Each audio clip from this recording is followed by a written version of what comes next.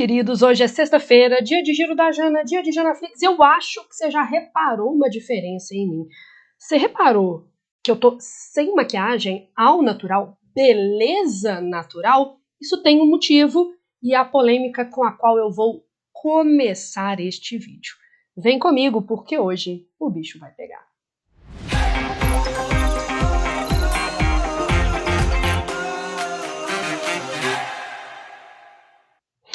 Bom, hoje é sexta-feira, dia de fazer o Giro da Jana, mas hoje é uma sexta-feira atípica. E eu começo o nosso giro desta semana falando do que tornou esta uma sexta-feira atípica. Eu tô aqui sem maquiagem, na cara e na coragem, e com olheiras, eu queria mostrar para vocês as olheiras, para dizer que nós estamos em um momento, né, de resolução de conflitos entre a categoria dos professores das escolas particulares, categoria de que eu faço parte, e a categoria patronal, né? Então, eu tô gravando este vídeo dia 8 de setembro, sexta-feira pós-feriado, e tem uma notícia aqui do jornal Hoje em Dia, que é um jornal daqui, de Belo Horizonte especificamente, falando que a semana pós-feriado começa com dor de cabeça para pais de alunos das escolas particulares. Esse é um movimento sindical de reivindicação do qual eu faço parte e em nome do qual eu fiz paralisação na semana passada e nesta semana. Não sei se vocês já participaram de algum movimento sindical, mas às vezes acontecem conflitos. É um clima meio tenso, né? É bastante desagradável estar neste momento, mas a greve é uma das ferramentas, um dos instrumentos de luta do trabalhador. Então, eu vou começar falando disto daqui, né? Semana pós-feriado começa com dor de cabeça para pais de alunos das escolas particulares, e eu devo admitir que nós, professores, também estamos com dor de cabeça. Dá para você ver aqui, ó, vou até dar um zoom. A cara da professora no dia de hoje, tá gostoso demais tudo que tá rolando por aí. E eu queria ler para vocês um pedaço dessa notícia, né? A semana pós-feriado vai começar com dor de cabeça para pais responsáveis por estudantes da rede particular de ensino de Minas Gerais. Pelo menos 2.000 professores de 40 escolas devem cruzar os braços na próxima segunda-feira, segundo estimativa do sindicato da categoria, meu sindicato, o Simpro, né? Já os representantes das instituições, que é o sindicato patronal, o Sinep, contesta o número classificado como exagero. Apesar da falta de consenso em meio às reivindicações dos educadores, e eu devo falar como membro ativo desse movimento, nós estamos lutando contra a perda de direitos, como o período integral de férias, a isonomia salarial e os adicionais por tempo de serviço, ou seja, mobilizados para evitar a perda de direitos. É certo que os maiores prejudicados serão os alunos. Pai de 2 crianças matriculadas na rede particular, o analista de sistemas Rodrigo Tavares, de 44 anos, diz apoiar o movimento, mas aguarda ansioso por um desfecho para a greve. A paralisação traz transtorno, sim, não vou negar, também me preocupa a reposição das aulas, porque a matéria precisa ser dada e bem dada. Mas os professores estão certos de defender seus direitos. Rodrigo, não te conheço, mas já te amo, porque você tem o nome do meu marido e porque você parece ser uma pessoa que valoriza a educação. Em relação a esse assunto, eu peguei a notícia agora, fresquinha de manhã. Eu queria indicar para vocês um documentário que fala sobre o surgimento mais organizado do movimento grevista no Brasil e um documentário que fala sobre uma das maiores e mais importantes greves do Brasil. Esse documentário se chama ABC da Greve. E aí eu gosto, né, da exploração da polissemia de ABC. ABC, né, os passos básicos, os conhecimentos básicos da greve.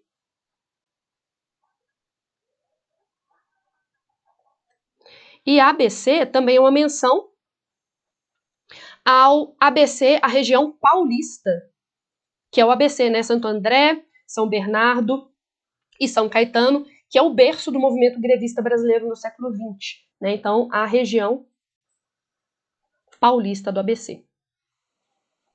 Mostra-se lá, por exemplo, essa greve histórica que foi exercida pelo sindicato, principalmente dos trabalhadores das montadoras, e que teve como um dos seus maiores líderes, uma das suas revelações, o atual presidente Luiz Inácio Lula da Silva. Então, só colocar aqui a capinha do ABC da Greve para vocês. É um documentário que me inspira bastante. Toda vez que eu estou falando sobre questões trabalhistas e econômicas, eu indico o ABC da Greve. Tem lá, ó, Lulinha estava lá liderando multidões, né? Bom, então temos um primeiro acontecimento, o movimento grevista dos professores das escolas particulares. A minha mãe me questionou, mas professor de escola particular faz greve? Faz. Qualquer categoria, né, trabalhista, profissional, tem o direito constitucional, a greve ele ainda não foi revogado, né? Então, vou até pôr aqui, a Constituição Federal de 1988 garante o meu direito constitucional à greve. Estou conferindo aqui o artigo, tá? Esse eu não sei de cor, não. O artigo 9º.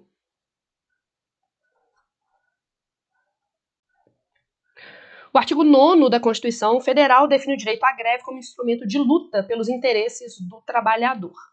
Mas esse mesmo artigo dispõe que o exercício da greve em atividades essenciais, às necessidades inadiáveis, deve possuir limitações definidas. Né? Membros das forças de segurança pública, por exemplo, policiais, membros dos serviços de saúde de urgência e emergência, médicos, enfermeiros, os trabalhadores na área de abastecimento de luz e energia, para se evitar que a greve conduza à anomia social, ao caos social. Anomia social é um repertório legal, repertório que vem lá da obra do Emílio Durkheim. Essas categorias que são consideradas categorias essenciais têm que manter um funcionamento mínimo para conseguir garantir o funcionamento da estrutura da sociedade brasileira. Então, primeira notícia feita. Ok?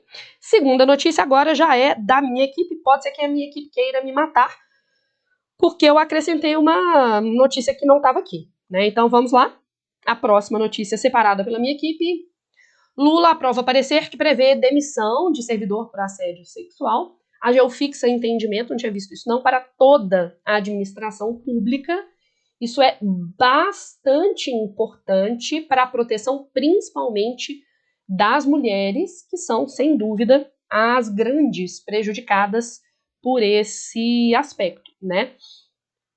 Tem um documentário, sempre tem um documentário, né, gente? A essa altura do campeonato, eu sei que vocês pensam assim, Jana, você sempre tem um documentário. Tem um documentário que fala sobre a ascensão do movimento feminista, principalmente nos Estados Unidos, e uma das grandes discussões desse movimento feminista inicial era a questão do assédio nos locais de trabalho quando as mulheres conseguiam trabalhar. Então, o assédio como um elemento da exclusão das mulheres do espaço de trabalho, vale a pena depois procurar, então, além do ABC da greve, o She's Beautiful When She's Angry, que é até um assédio que era exercido contra as feministas por homens que as viam se manifestar, né? Tem aquela discussão, então, só um pouquinho, She's Beautiful When She's Angry.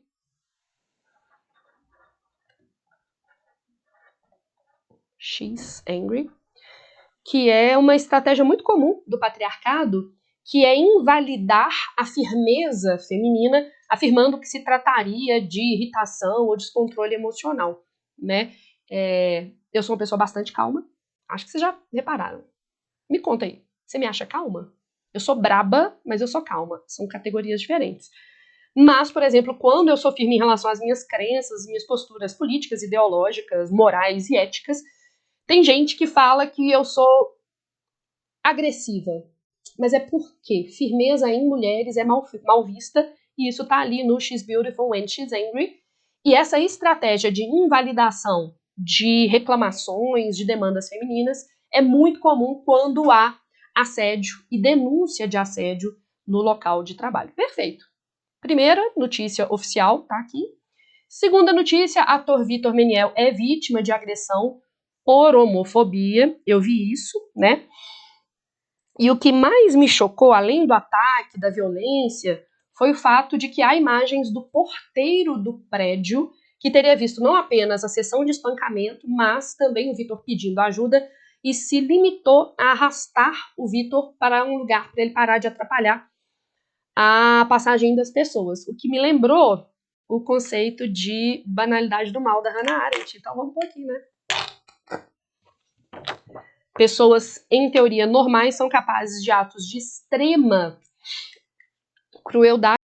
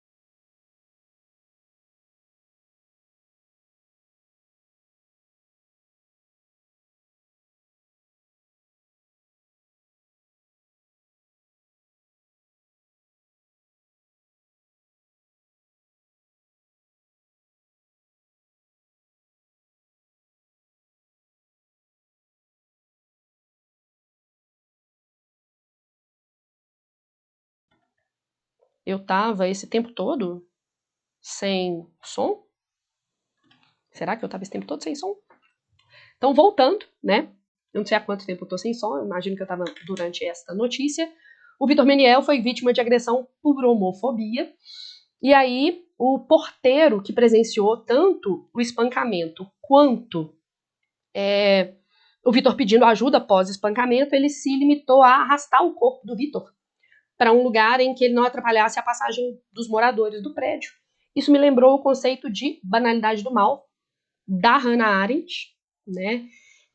Esse conceito está no livro que se chama Eichmann em Jerusalém. O Eichmann era um trabalhador do regime nazista e, confrontado com as crueldades que foram feitas pelo regime nazista e para as quais direta e indiretamente ele tinha contribuído, ele respondeu algo que eu acho que esse porteiro vai responder, que é: mas eu só estava cumprindo o meu trabalho, a minha função, né?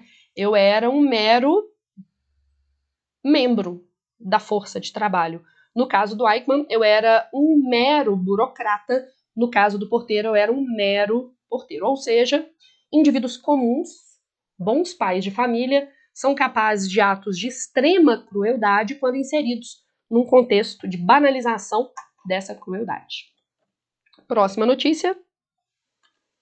Boa notícia, até tuitei sobre isso. Após últimos anos de queda, o Brasil registra alta na vacinação infantil. Pesquisa aponta aumento de cobertura, mas apenas a BCG bate a meta do Ministério da Saúde. Desinformação e negacionismo são problemas do país. Tem um dado muito interessante que um aluno me deu outro dia, que é a OMS em 2019, deixa eu botar uma outra caneta aqui, a OMS em 2019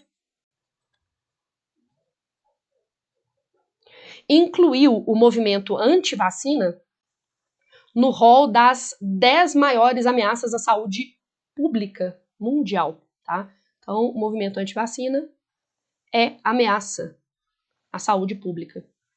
É uma das 10 mais graves, tá? A saúde pública. Acho que eu vou tentar até achar essa notícia aqui para vocês.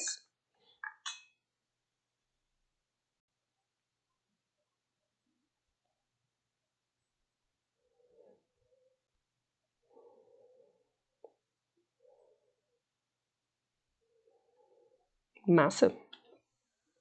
O movimento anti-vacina é uma das principais ameaças à saúde. A OMS publica anualmente uma lista das 10 ameaças globais à saúde. Algumas doenças são repetidas ano após ano e já estão comuns, por exemplo, AIDS e dengue. Mas na versão de 2019 surpreendeu o surgimento de um grupo organizado, que não é uma doença, mas sim uma ameaça social, o movimento anti-vacinas. Lembrando, a Organização Mundial da Saúde é um excelente repertório sociocultural para sua redação, talvez em temas ligados à área da saúde seja a melhor das referências. Próxima notícia. Estudante baiano descobre como fabricar papel com espada de São Jorge. Que coisa maravilhosa. Eu tô cada vez mais orgulhosa dos meus queridos alunos espalhados pelo Brasil, né? Ele viu a proximidade entre a espada de São Jorge e as folhas do papiro, que foi a planta que originalmente foi utilizada para fazer papel, e aí ele testou isso, né? Isso me lembra aquele filme, O Menino que Descobriu o Vento. Vou pôr aqui. Nossa, me lembra muito como é que indivíduos, às vezes, que escapam a esse estereótipo do cientista, por motivos vários, socioeconômicos e raciais, por exemplo, podem se destacar nos desenvolvimentos científicos. Ah, meu Deus, isso me mata de orgulho. Então me lembra o filme O Menino que Descobriu o Vento. Lindo, lindo, isso é lindo, né? E a última notícia de hoje. Dia da Amazônia, Lula assina a demarcação de mais 2 terras indígenas. Ainda que eu tenha medo de ser processada ou acusada de doutrinadora, eu vou encerrar o comentário dessa notícia só falando que massa, um presidente que demarca terras indígenas e que inclui no desfile de 7 de setembro o Zé Gotinha e que, por exemplo, não nega a existência de assédio sexual nas empresas e no funcionalismo público. Curioso isso. Um beijo e a gente se vê por aí.